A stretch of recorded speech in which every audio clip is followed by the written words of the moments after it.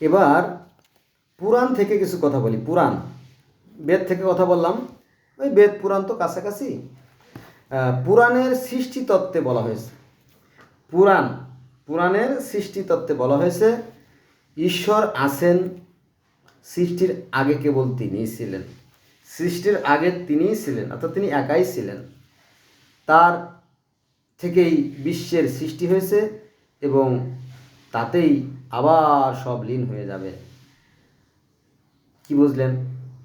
আবার শুনুন, যেহেতু সিরিয়াস একটা কথা, কিন্তু ঈশ্বর আছেন, সৃষ্টির কেবল তিনিই ছিলেন।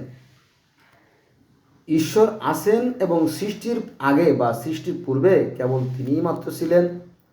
তার থেকেই বিশ্বের সৃষ্টি হয়েছে এবং তাতেই আবার সব লীন হয়ে যাবে।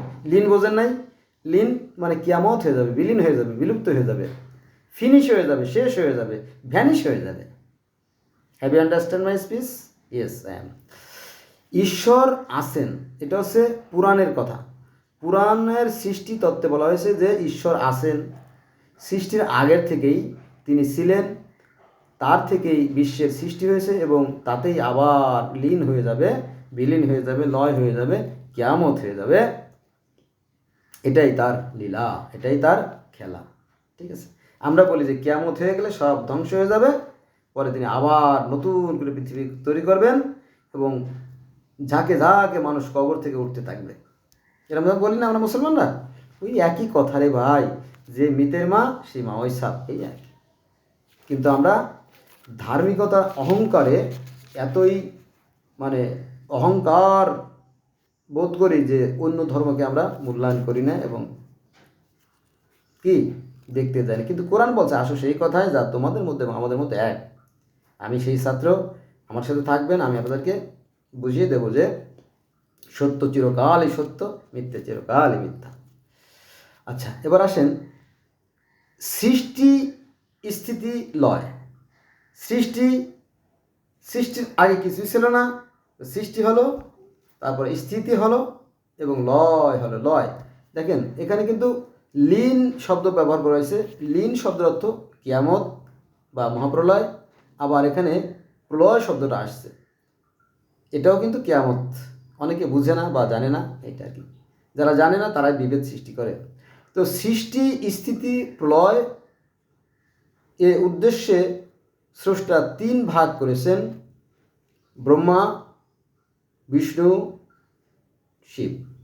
একজন সৃষ্টি করে, একজন পালন করে, একজন ধ্বংস করে। যেমন ব্রহ্মা হলো সৃষ্টিকর্তা। আমাদের ইসলাম ধর্মে আছে মিকাইল, তিনি কি করেন? জীবের আহার বন্টন করেন, পরে জীব বেঁচে থাকে। বিষ্ণু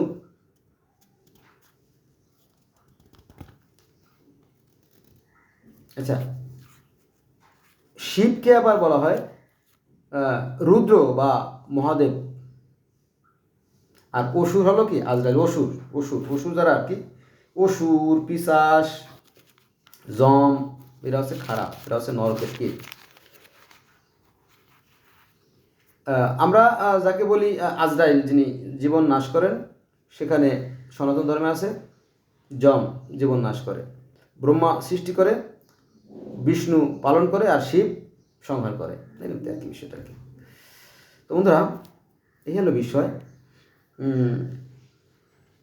বেদে ঈশ্বর নিরাকার, জ্যোতিময়, অশরীরী এবং জন্মমৃত্যুরহিত। কোরআনেও একই কথা বলা হয়েছে। হ্যাঁ, তার থেকে সব কিছু সৃষ্টি, তিনি আদি। মানে কোরআনে যেটা বলা হয়েছে, তিনি আদি, অর্থাৎ তিনি প্রথমেই ছিলেন, তিনি অন্ত, তিনি যুগপৎ। তিনটে কিন্তু কোরআনের তিনটে শব্দ, তিনি আদি, অন্ত, যুগপৎ, তিনটে আছে। তো এখানেও সেই তিনটে শব্দ আছে যে তিনি কি? সৃষ্টি, স্থিতি ও লয়, প্রলয় বা লীন বা লয়। ঠিক আছে, তিনটে একই কথা। So let's go, from today we shall never fall for the religion. আমরা ধর্ম আর বাড়াবাড়ি করবো না। ওকে ওকে।